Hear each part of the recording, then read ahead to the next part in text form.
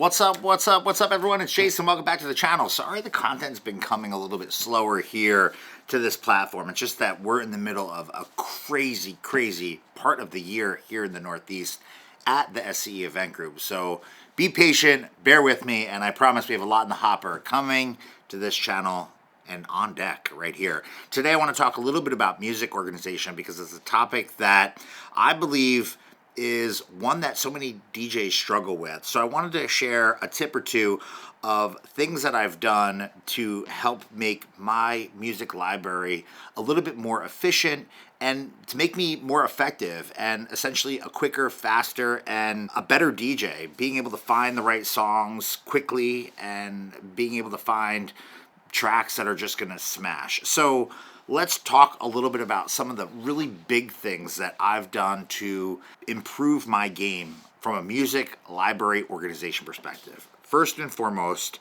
I think one of the biggest steps that I had to take is to flatten my folders. That's a term that the Crate Hackers crew has come up with, and essentially move to a singular folder reservoir of tracks in my music library.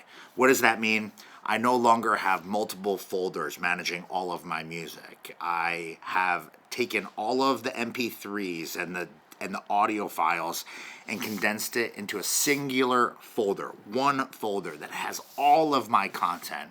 I actually use two folders, but one folder is like my main library, and there's a lot of reasons why I've done this. I think what I found to be the most effective part of this move in terms of music management is that it's allowed me to identify duplicates clearly, and it's also been able for me to move everything into one place so that I can review all of my content quicker. My computer, I use Serato and I use a MacBook. I use the latest and greatest MacBook that's completely like spec'd out. But my computer runs and my Serato runs incredibly efficient because it's not trying to identify songs and to search through multiple folders within my computer. Having one single root folder for the foundation of my music collection, it's improved my game significantly because it's made me faster. I think that's the first thing. Now, you might be asking, why or how did you move all of your content into one folder? Well,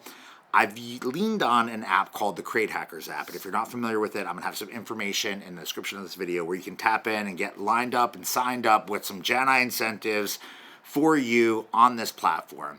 There's a lot of parts of this platform, but one of the bonus tools that comes with the Crate Hackers app is the folder flattener tool. And essentially it allows you to select numerous folders of music in numerous locations on your computer, and it will copy all of the files, MP3 files, audio files, music files in these folders, no matter how many there are, and it copies them into a singular folder. And while it does that, it actually identifies the duplicates and it puts those into a review folder that you can actually get rid of once you have the time to look through it. This app is a super tool for DJs, and I've been an advocate for this app since it's come online. And again, you can get information on it. This is just one of many tools that this platform brings to the table for people like me and people like you, working DJs. Doesn't matter if you're a mobile guy or you're a club guy or just getting into the business. This tool puts you into a community of people that are just like you and people that are maybe way beyond where you are, and maybe they're just starting their journey in this craft,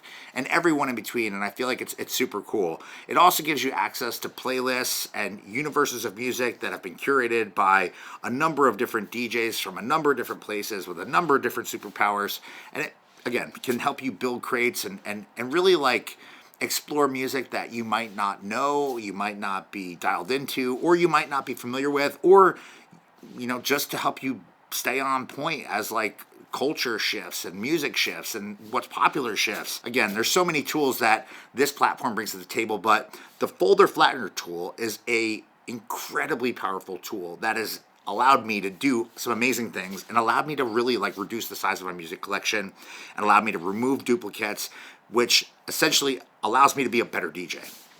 Some other music library organization tips that I think are super important is using tags and using tags properly. Now, you don't have to just use the tags that are given like genre or remixer or artist or song name. I do put genre information in the genre label in my music collection as a tag in the genre field, but I also have gone beyond that. Now, if you have a lot of songs in your music collection that do not have the genre listed, or maybe do not have the year listed, there's a new tool that has come online within the past year by a DJ from the UK. His name is CB, and he's quite popular here on this platform.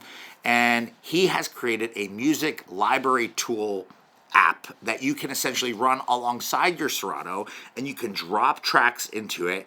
It will then scour the interwebs, and it'll input the proper genre for the song as well as the year the song was released, which can help your tag universe improve significantly, especially if you're missing those fields.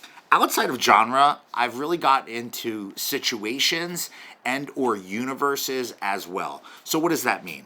I like to use other labels like grouping, like label, like comments, other fields that are available in the tag structure of an audio track is where I put information based on how I play, based on the events that I do, based on how my brain works, and I invite you to try to do that as well. So what do I mean by that? Situations. Okay, late night, wedding, rager.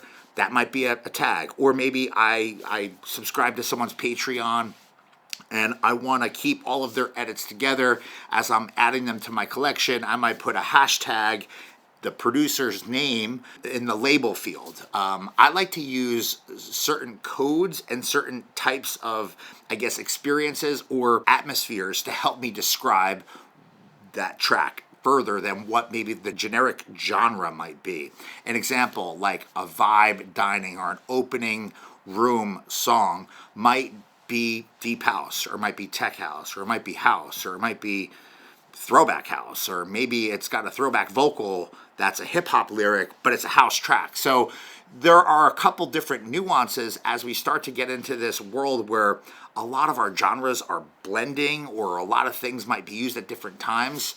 I like to use things where I think of people singing, or I like to say throwback parents, or disco, New York disco. I might say something like, if I had an epic wedding that I always think of when I get into a certain situation, whether it's a Latin wedding, or whether it's an urban wedding, or whether it's a cheesy college wedding or something like that, I might think of that situation and put hashtag that couple's name or the date or whatever I'm going to think about. Typically in the wedding world, I think of a couple's new last name, like the name that they're taking on, and I'll use that to identify songs. So I might put hashtag Jani 2023 or 23, and I'll know if I ever need to search that party, think of that party, it happened in 23, put a hashtag in front of it, and that'll pull me up to my situation or my circumstance or that event specific.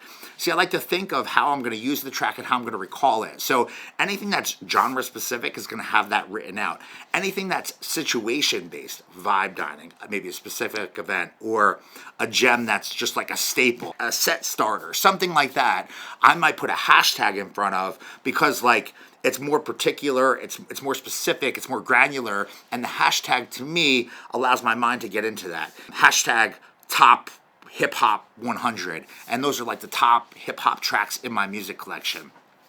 I think that tip alone could really, really help you and your style of play and your performances in the future. My next tip is about taking your history folders, and at the end of every quarter, the end of every 6 months, the end of every year, extracting the best of the best events that you do and putting those tracks into a singular folder that you actually then copy to your desktop, so you have a backup of the very best, the events that actually crushed it for you, the dance floors that were never empty, that were always full, the fun parties, the best vibes that you were able to do. When you do this, and you do this every couple of months or at the end of every year, and you take all the events that you've done that crushed, you can use that folder as a backup that essentially will allow you to work your way out of any situation, especially if you're working a lot. I think this little hack that I've come up with is something that I found a ton of value in, and it's a hack that I think has allowed me to really, really identify the tracks that I play all of the time And it's also been able to me to look at tracks and say, okay, maybe that was hot for a minute, but now I don't play this, so let's get rid of this out of my collection, or let's find a new edit that maybe like slaps a little bit better. The next tip I want to give you with your audio, and I'm a Serato user, so is using the color option to identify and to flag tracks using specific colors for different moments of time or different, I guess, levels of a track. I use colors like red to identify tracks that are like fire, or orange that are like super hot. Yellow is more of like a vibe or a bop, so it's something that will keep a dance floor full, but it's not going to get people to jump up and down. Green is where I'm getting into more like mid-tempo range stuff, and as I get down the color spectrum, I work my way into the blue if you will, and that's where I get into like some hip-hop stuff. But I use colors to sometimes identify vibes, so I don't have to search through tags, I don't have to search through stuff. And sometimes if you have multiple versions of a song and you have one version that's like the hot go-to version that you love playing, that always kills, that always crushes, that version might get a red in my music library. So I know not to mess with the other versions because they're just like whatever, or maybe they don't hit, or maybe I can look at them and say like, oh, maybe I don't even need these anymore. But that red version is one that kills all the time.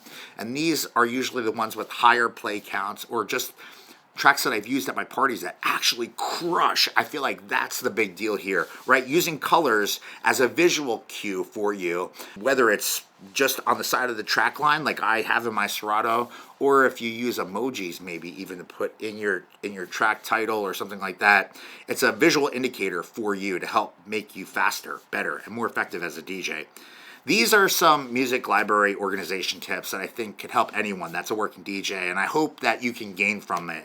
Now, the point of this channel is not to get you to jump on platforms like Crate Hackers, although if you do, it supports me, it supports the hustle here on this channel, and I would be grateful for that. But the point of the content here on this channel is to make you a better DJ as a whole, and better performer, better business person. And I hope you get down with that. If you're new to the channel, I would take this opportunity, if you found value in this video, to show me some love with a thumbs up, a quick comment, or just by adding me as a subscriber and supporter of my content here on this platform. I want to hear from you. So drop me a comment, tell me some things that you do to help make your game more effective in the area of music library organization. And I'd be grateful to hear from you. We'll continue conversation in the comments underneath this video. Remember, the Crate Hackers link and some other useful links, like a link to CV's music library tools, will be in the description of this video. And if you need anything at all, throw it in the comments, and I'll be on the lookout for anything that's there. And I appreciate you supporting me to the very end of this video. My name is Jason. Thanks for watching. More to come. Keep your head. More to come. More to come. More to come. That's it. Peace.